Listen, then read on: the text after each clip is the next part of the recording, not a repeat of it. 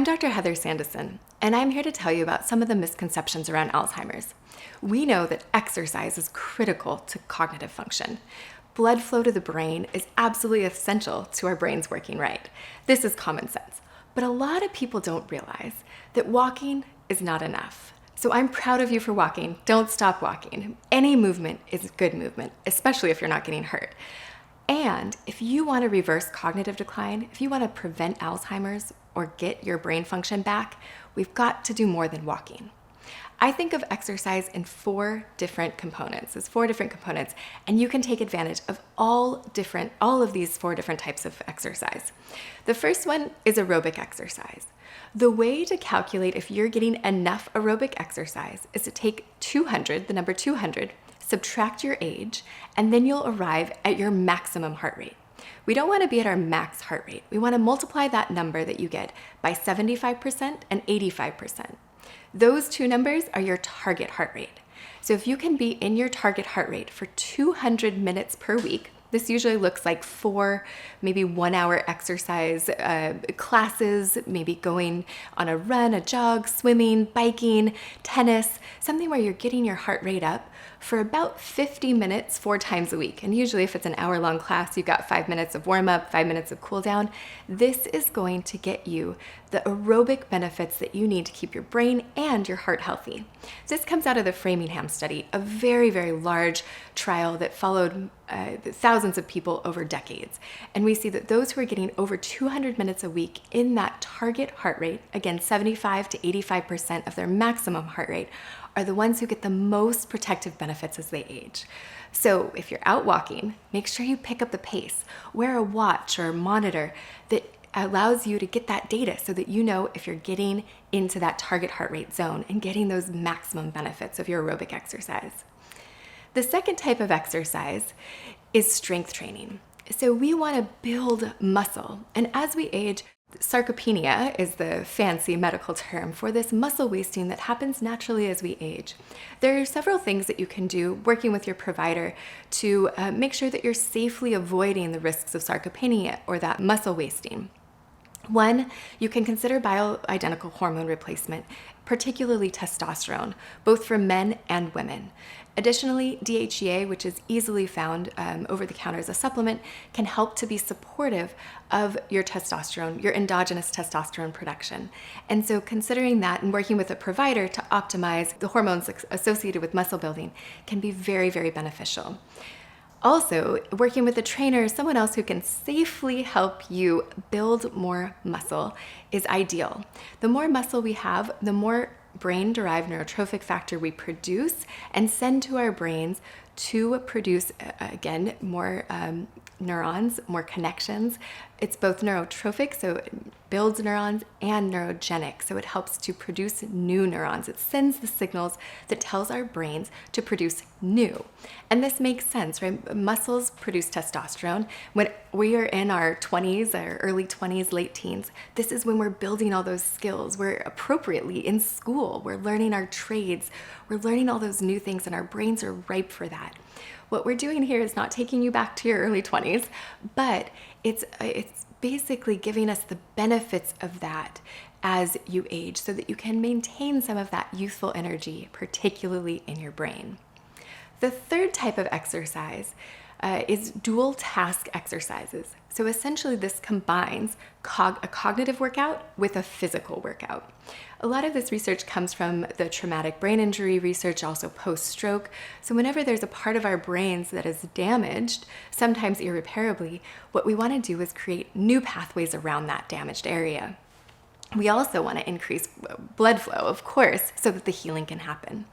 And exercise alone will increase blood flow, but when we combine cognitive exercise with physical exercise, we get exponentially better results. So what does this look like? For some people, this is as simple as ballroom dancing.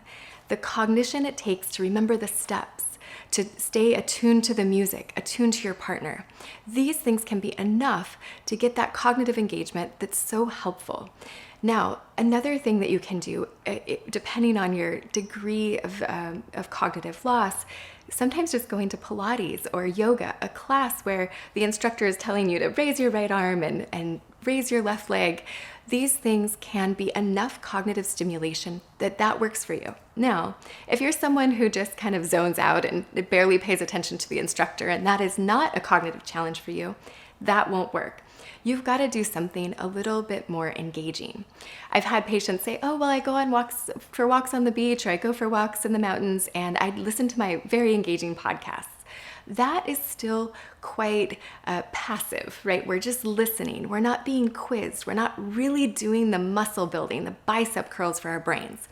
And so other people, this is still a science in its infancy, but there are YouTube videos. If you Google or search on YouTube for dual task exercises, you'll see a lot of quiz games. So someone will be balancing on a ball or doing sit-ups, and at the same time, they're being asked to do math problems or list the presidents of the United States in order, or the 50 states and their capitals. These simple but cognitively engaging, memory engaging exercises combined with physical exercise are how we get maximum benefit. And so you don't want to be running a marathon so that you can't speak. You want to be working out physically at a rate, probably that moderate to vigorous rate, where you can still have a conversation, you can still think, but you're thinking as much as possible. Again, not to the point of overwhelm and giving up, but where both are engaged consistently for 20, 30 minutes. And then probably 5 days a week. That's what we aim for at Marama, where we have an immersive experience in these engaging exercises over at the senior living facility. The fourth type of exercise is contrast oxygen therapy. So this combines a vigorous physical workout with the depletion of oxygen. So hold on for a minute. I know that leads to suffocation and death, but we're going to talk about, again, this concept of hormesis. So if you've seen some of my other videos, I've explained this, and we're going to come back to it over and over again. What we do with contrast oxygen therapy is we go back and forth from positive oxygen, so 80% oxygen, and then down to negative oxygen, about 8%. Normal air is about 20% oxygen. So we're going above that and below that, and we're going back and forth. Now, what we're doing here, this hormetic concept, is that we're stressing the body a little bit so that we get, over time, more adaptability to stressors in the environment. We get more resilience. We also get a pruning, so to speak, of the cells in our brains that maybe aren't optimally functioning. We do this by restricting oxygen.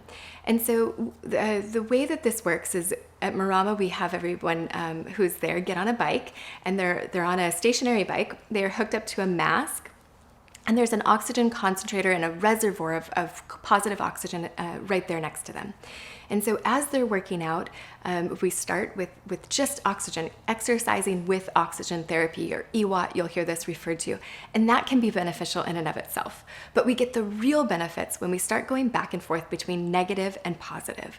So when we go into negative O2, and we're usually sprinting at that stage, we get a vasodilatory effect. So CO2 is the most powerful vasodilator in the system. When we have an abundance of carbon dioxide, or CO2, in the body, our blood vessels expand. They get bigger. And in doing that, they allow pressure changes, especially in the microcirculation of the capillary beds where the action happens. This is where oxygen and nutrients are diffused across the cell membranes from the blood, where they're transported, that's the plumbing, right? And into the cells where they do the work of healing. And so what we want are these big blood vessels, so that then when we switch to positive oxygen, we have open plumbing, big open blood vessels, allowing that oxygen and blood to flow through. And we also get pressure changes that allow for places where I think of them as like grayed out areas. They're not totally defunct. They're not blacked out. They're not ischemic and not getting any blood, but they're not getting adequate amounts to function properly. So we're going to get those pressure changes that are going to allow for more space in those capillary beds, more diffusion or delivery of those healing nutrients, oxygen, water, fluid. And then we're also going to get the trash taken out, essentially. So we're going to allow for diffusion in both directions, both towards the cells and then away from the cells, so that the things that are spent, the metabolic waste, can be taken back into the venous system, the veins, and into the liver and out of the body as appropriate. This is essentially the mechanism of healing. We need oxygen delivery, we need nutrient delivery, and then we need the trash to be taken out so that it's not sitting there creating inflammation. And contrast oxygen therapy is a very effective, very quick way to do this. Another great way to do this is contrast hydrotherapy, which we'll talk about in another video. So the 4 different types of exercises, to recap, are aerobic exercise in your target heart rate, 75 to 85% of max heart rate for 200 minutes per week. The second is strength training, building muscle. That is essential to sending signals to the brain that tell your brain to create new neurons and create new connections. The third is dual task exercises. These are important and critical to getting that cognitive function back because they engage both cognitive exercise, cognitive work, with exercise, the way we think of it, typically physical body movement. Putting those 2 things together gets us even more efficient recovery of the brain. The fourth is contrast oxygen therapy, and this uses that hormetic effect to get maximum blood flow, maximum signaling to the brain to increase cognitive function and cell optimization.